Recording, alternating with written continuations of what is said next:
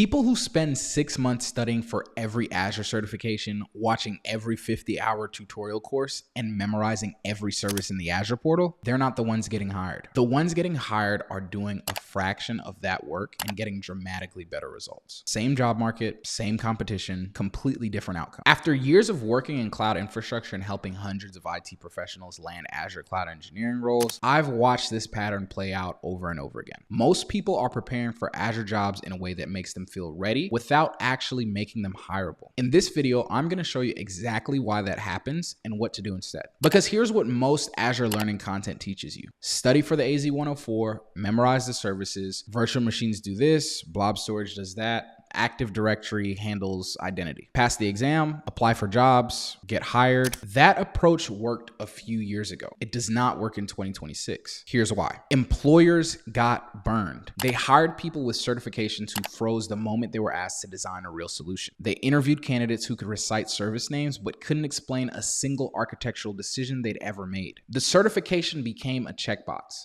not a differentiator. So the question becomes, what actually differentiates you in 2026? That's what this video is about. Not what to learn, everyone covers that, but how to learn it in a way that makes employers actually want to hire you. I call it the real method. R, root your skills in the right Azure fundamentals. E, execute projects from real briefs, not tutorials. A, amplify your visibility by building in public. L, land smart with targeted job search strategies. Real, that's the system. Let me break down each piece. Rooting your skills in the right Azure fundamentals. The AZ 104 is the right starting point. I want to be clear about that. It gives you the vocabulary, it gives you the mental map of how Azure is structured, and it signals to recruiters that you're serious. But here's where most people go wrong. They treat the AZ 104 as the finish line. They pass the exam, update their LinkedIn, start applying, and then wonder why nobody's calling them back. This certification is the entry ticket, not the product. Here's how Azure usage actually works in enterprise environments. A small set of services shows up in almost every architecture, every company, every industry, every project, and they fall into 5 core categories: compute, Azure virtual machines, and Azure functions, traditional workloads, and serverless. Know when to use each and why.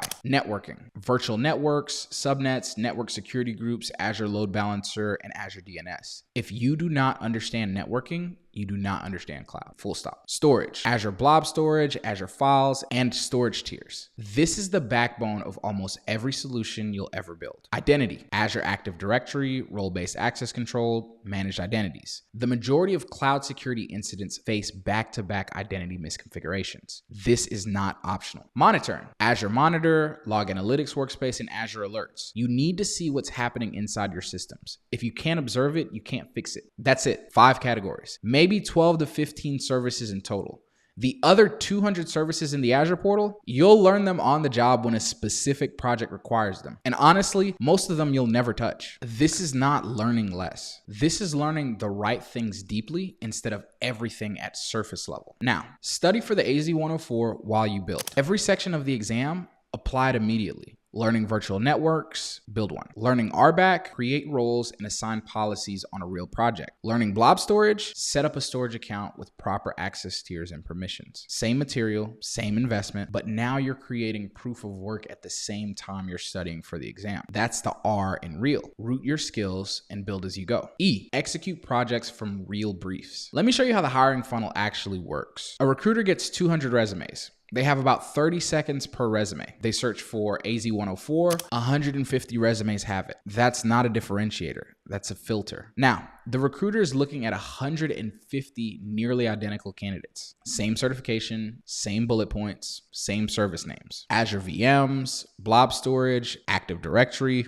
So what breaks the tie? The GitHub link, the one candidate who could show, not just tell. Here is the pattern I've seen play out repeatedly. Person A has 2 Azure certifications, no projects, no portfolio. They send out 200 applications. They get a handful of interviews. They struggle when asked to walk through a design decision. They don't get hired. Person B has the AZ 104 and 3 real projects on GitHub with clear documentation. They've been sharing their work publicly on LinkedIn.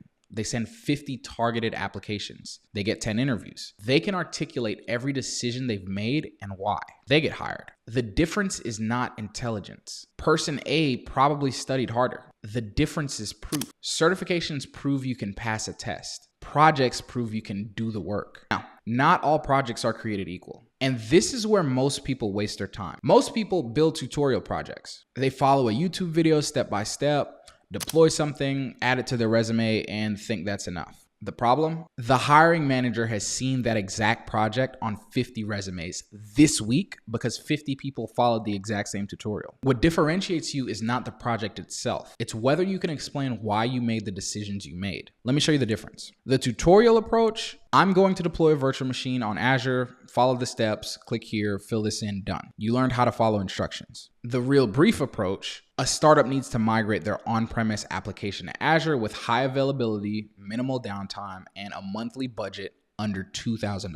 How do I design this? Now you're thinking, virtual machines or Azure App Service? App Service is managed, lower overhead for a small team. But do they need more control over the environment? What about the database? Azure SQL or Cosmos DB? What does their traffic pattern look like? Do I need a load balancer? How do I handle failover if a region goes down? Same technologies, completely different thinking. And when you build this way, interviews go differently. The hiring manager says, walk me through something you built. Instead of saying, I followed a tutorial on virtual machine deployment, you say, I designed a migration solution for a resource-constrained startup. I chose Azure App Service over virtual machines because the team didn't have the capacity to manage OS-level patching, and the cost model was more predictable at their traffic volume. I used Azure SQL with geo-redundant backups for disaster recovery. I set up Azure Monitor alerts to catch performance degradation early. That's not memorization. That's thinking. And thinking is what employers pay for. A, amplify your visibility by building in public. Here's the part most people skip entirely. And it's the part that changed everything for me personally. I built an Azure OpenAI project, an AI agent integrated directly into GitHub Actions pipelines that automatically reviews infrastructure as code for misconfigurations and suggests fixes before anything gets deployed. I posted about it on LinkedIn. Not a polished marketing post, just a clear breakdown of what I built, why I built it, the problem it solves, and the decisions I made along the way. Within 24 hours, a recruiter messaged me. I had not applied to their company. They found me because of the post, and I got an interview. This is what building in public does. Your projects without documentation are invisible. Nobody can see your thinking. Nobody knows why you made the decisions you made, and nobody can find you. But when you document publicly, GitHub readmes, LinkedIn posts, short write-ups, 3 things happen. 1, you learn deeper. Writing forces you to actually understand what you did. You cannot explain something clearly if you don't understand it. The act of documenting exposes every gap in your knowledge. That's a feature, not a bug. 2, you become discoverable. Recruiters search LinkedIn. Hiring managers Google candidates. When they find your post on how you built a multi-region Azure architecture with failover and cost controls, you're already ahead of every candidate who only has a resume. 3, you demonstrate communication. One of the biggest complaints from engineering managers is that technical people cannot communicate. A written breakdown that explains a complex architecture clearly proves you can bridge that gap. That is a skill most engineers don't bother developing. It's also a skill that gets you promoted once you're in the door. Here's how the format works. The problem. What real scenario does this solve? The architecture, a visual diagram plus written explanation. The decisions, why you chose each service and what trade-offs you considered. The challenges, what didn't work, how you debugged it, and what you'd change. 500 to 1,000 words per project. 1 LinkedIn post per week. That's